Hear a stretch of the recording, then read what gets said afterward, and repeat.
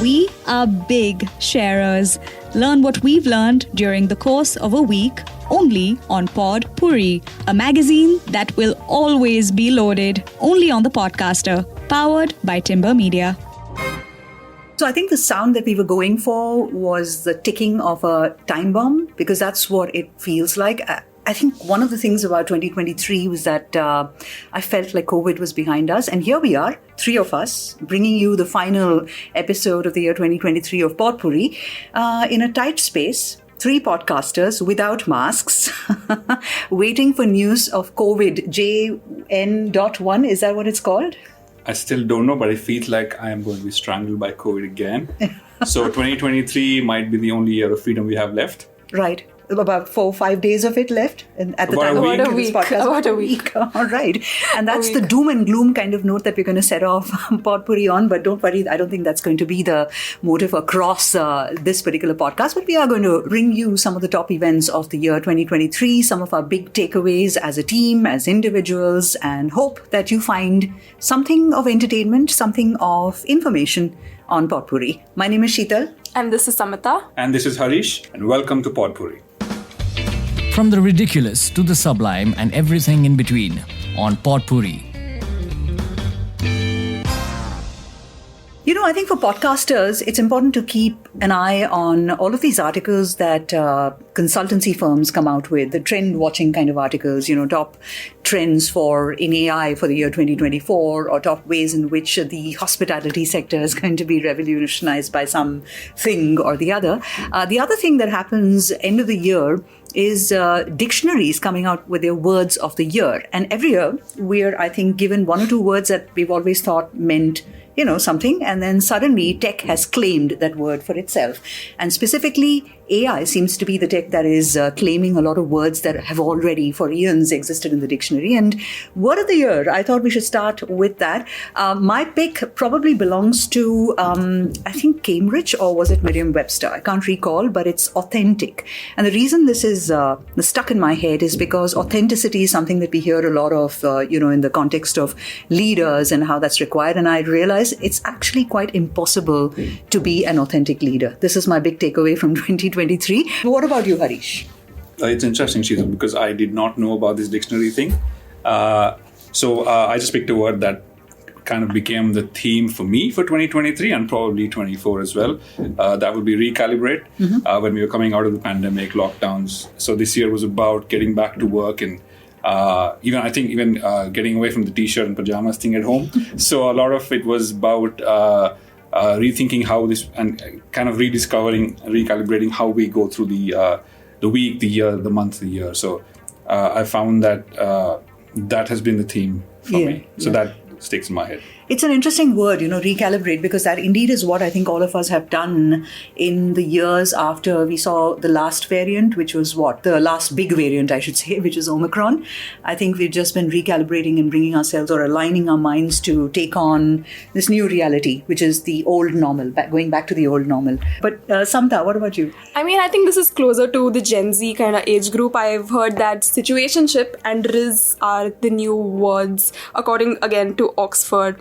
I mean, I thought these words were always in use, but turns out that they're not. And turns out that there's something that was actually pushed quite a lot or used quite a lot by the younger generation, at least my generation. And it's something that's all over social media. You see this quite often. And you see this being used pretty interchangeably as well with other words. I mean, situationship, as most people might know, is a relationship that's not formally or given a formal term or a convention. So turns out that's something that's actually kind of pushed into the Oxford's list of the word of 2023. So to sum up the point you're making over here, different words, word of the year. Harish has picked out one that actually just spoke to him personally. You picked out one that made it to the dictionaries. I think Riz was nominated as word of the year by Oxford. And then there was also Merriam-Webster. Authentic is what I spoke of. There was, I think, dictionary.com, and one more, if I'm not mistaken, that was Cambridge, that said hallucination or hallucinating or hallucinate. That's the word of the year in the context of AI again. Speaking of which, I just discovered there's a subtle distinction between abbreviation, acronym, and initialism, the difference between the three. So an abbreviation is just like a shortened form of RLY a for word. railway. Yeah. You wouldn't really say RLY, but Yeah. you'd write it as RLY for railway or FLY for family. HR is for hours. Apparently, we want to remove before. Then there is that. Then an acronym is where you actually say it the way it is. An initialism is where it's like ATM. It's basically, you don't say atom, no, I don't know how to say it, but ATM is just like initials and you're supposed to spell out every like letter. OBGYN. An acronym is where you would say UNESCO or that's the distinction that one must make between abbreviation, acronyms and initialism. But yes, that is my big learning of, I'd say, the last week. What about yours, Samta? So something I learned last week was to probably, and this has also been some sort of a theme for me. I think the past year has actually taught me that. It's taught me probably not to plan well in advance for anything. I've realized that I've always been way too much of a planner. So I remember when I was back in college, I planned how my 2023 was going to look like. And since it didn't turn out that way, I learned my biggest learning this Shocking. year. You didn't turn out that way? It did. To some extent, it did, which I'm very grateful for. But that's actually been a learning of mine. Yeah, what about you, Harish? So something happened last week, I think, the last few days, which actually took me by surprise. We spoke about AI a minute ago. So I heard Modi was in some speech he was giving, and they used AI to actually translate the speech real time. That struck me because it's so language is a big deal. Language is a really big deal in India. People genuinely have hatred based off of it. I think yesterday there was also something about somewhere in Bangalore. The Kannada activists went and roughed up a shopkeeper. So this happens with the translation thing. I would assume people would not have, ideally should not have issues with languages anymore. It should be easy enough to understand each other. But I'm also sure we will find ways to still get upset.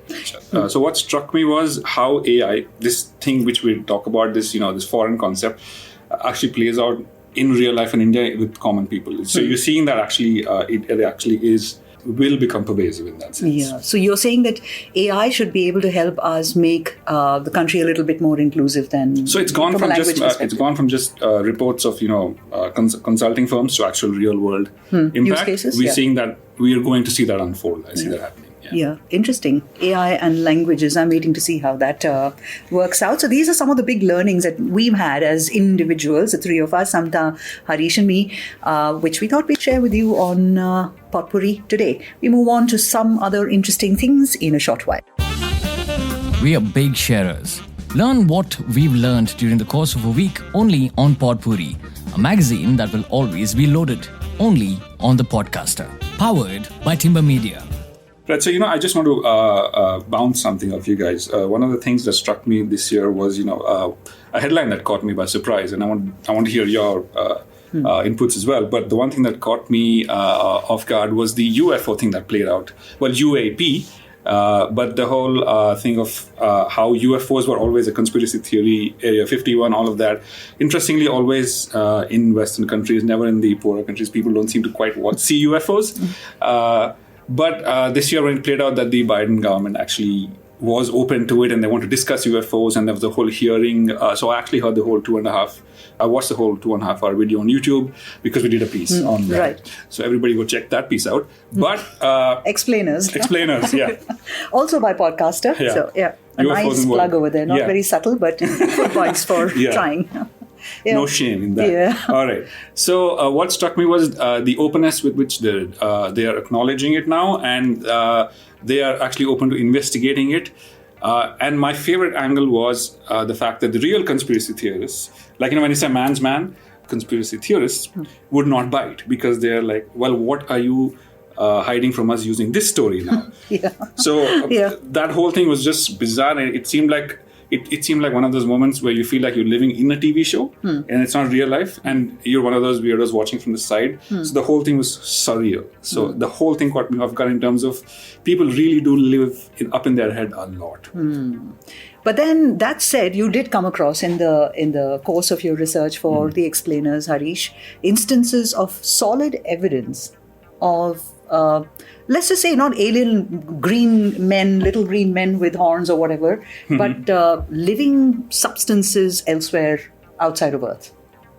Well, ISRO had some paper, remember?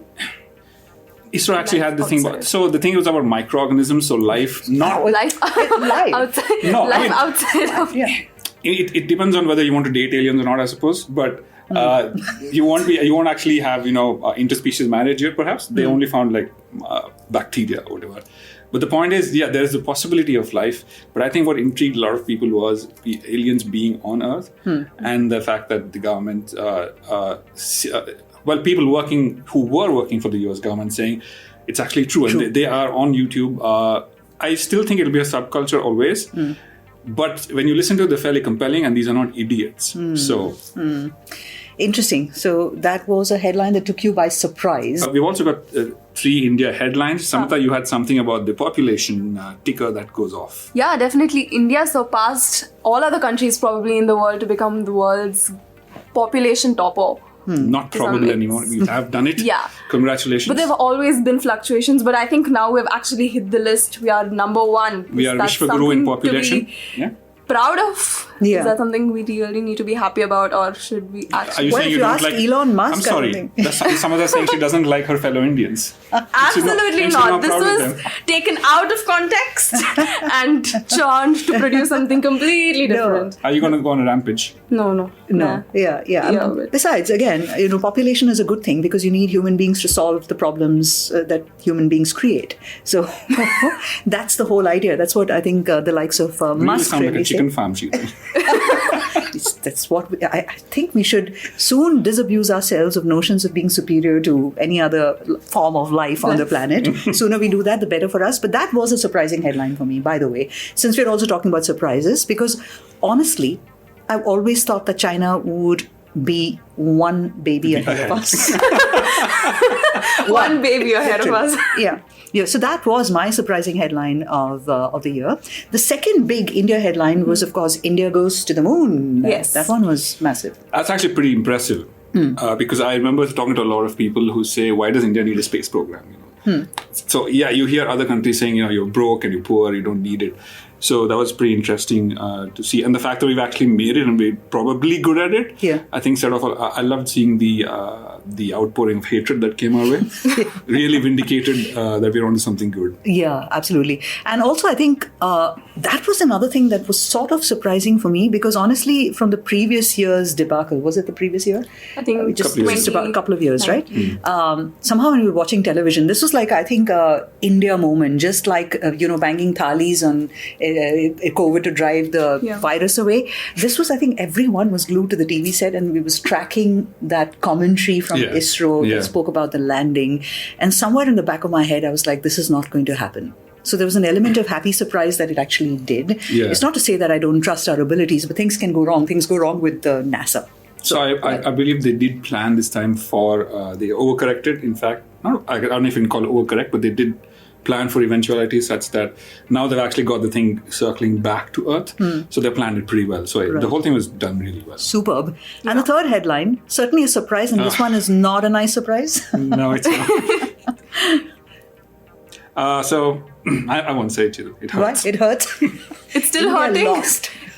We lost. That's all that you need to know. You don't need to know where we lost. You know, when Indians say we lost, there's only one thing that should come to your mind in the year 2023. World cup हारने के बाद मैदान पर ही रो पड़े विराट, रोहित और बाकी सभी खिलाड़ी। जी हाँ दोस्तों, भारतीय टीम का और भारतीय फैंस का एक और बार दिल पूरी तरह से टूट गया है। So 3 big India headlines, all of them, awe-inspiring, if not surprising. So a quick rundown on what else has happened in the year 2023. Let's see social media, and here I'm going to just be the fly on the wall because I'm not a big user of social media. We could also talk about Twitter and Threads, newer innovations that have come in the social media world, rebranding of Twitter. Yeah. What rebrand?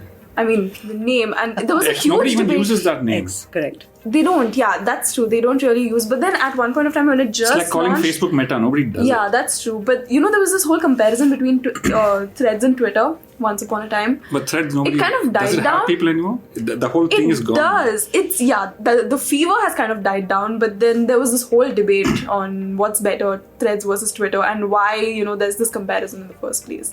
It was a huge rage once upon a time. I remember. Only when it that. launched. Nah, When it 3 initially weeks, everyone launched. had just more or less. Yeah.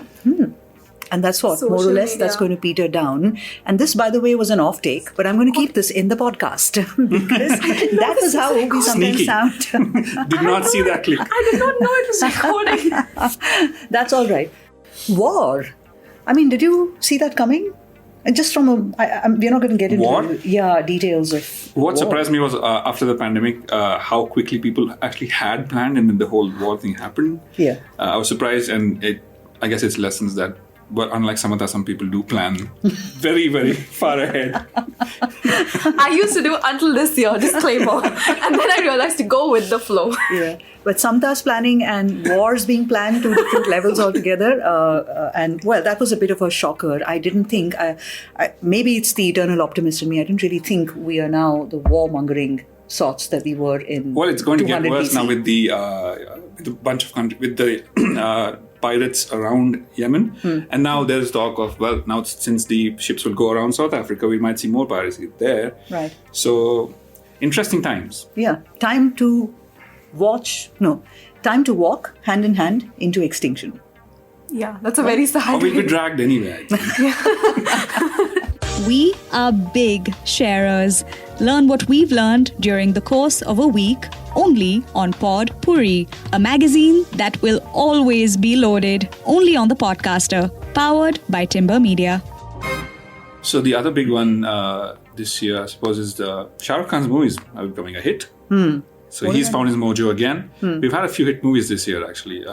He's had Jawan. He's had what was the other one? Pathan, Yeah. Jawan, and I think the other one, Dunki's coming in. Right. So I don't know if that's doing so well. The hype's a bit understated for that, but yeah. Donkey. Donkey. Donkey? लोगों ने मुझसे पूछ के परेशान कर दिया है Oh, all right. We've learned something new on this very I podcast. think Dunki more than Donkey. Dunki. Huh. Yeah. Yeah, tells you how much we watch movies, but Right. So Animal was a big hit. Is a big hit. yeah. Surprising. Ranbir Kapoor's back again. Third largest grosser of the year for India, I think. And he is in, and the movie has obviously given a lot of people reason to think, question, and so on. And it's the same old stuff that we point out. Does art mimic, reality, or is it the other way around? Of misogyny and violence. And I'm like, the movie is called Animal. It's not called Lollipop, right? Why would you expect anything that is other than animal-like in the movie? So yes, violence. And clearly people who are commenting on this as, a movie that promotes misogyny or violence or something haven't watched Game of Thrones. They simply haven't. No. And there are 5 billion other movies. Soaps on Indian television on a regular basis peddle all kinds of misogynistic points of view, which never really called out as such. So I really don't think this movie, the problems the movie has, it's about 75 minutes too long. And the storyline is a bit weak. It's about, and the parts where they have Anil Kapoor and Ranbir coming together, trying to, see my point of view. You step into my shoes, I step into yours. It simply doesn't work at all. I mean, it just fell flat. I love the gory mask horde massacres that happened in the movie. I went for that. I saw where Vanga was really coming from. Couldn't really see what was wrong with the film other than the two things that I called out: length and storyline. So I didn't see the whole misogyny thing. It didn't stick at all for me anywhere. Yeah. Violence, yeah. Show me another one. I've seen plenty The of idea that violence. people are so impressionable, they're lemmings and all. A movie will come and ruin them, a song will ruin them, a video game will make them shoot people because someone shot Yeah. someone there. It's a bit tired at this point. It's tired. Yeah. And are we tired? Are we calling it a wrap? On a movie note. On a movie now. All right, but 2024 we haven't spoken of at all. One big expectation Actually, that's for interesting. 2024? 2024, the theme for me, recalibrate. When is that going to end? It's a work in progress? It's a work in progress. Okay. And what are the areas in which recalibration is expected to unfold in? Unfold in health and travel. Health and travel. Health and travel. You? So I would like to go back on what I said initially and probably say plan, but plan to an extent where things don't get rigidly, stuck in frameworks. But there's always I like little this. You room started this podcast yeah, which saying is why I that- said I would like to go back on what I said. So plan, but to an extent where it's not, confined in boxes, but there's always little room. Wait, are you for saying you'll exploring. plan but you won't stick to your plans? No, I'm saying I will plan, but I'll always leave windows open. In an ever-changing world, it's okay to change your mind. Yeah. So it's even if you've done it in the course of a single podcast, I suppose That's all right. And 2024, I certainly hope is a year of good health for everybody, seeing as we began this podcast on the note of a bogeyman in the name of J1. That's the COVID variant. It's the new COVID. All right, new COVID. On that note, take care of yourself. We'll be back soon. This is Sheetal signing out. This is Samata. And this is Harish. We are big sharers. Learn what we've learned during the course of a week only on Pod Puri, a magazine that will always be loaded only on the Podcaster, powered by Timber Media.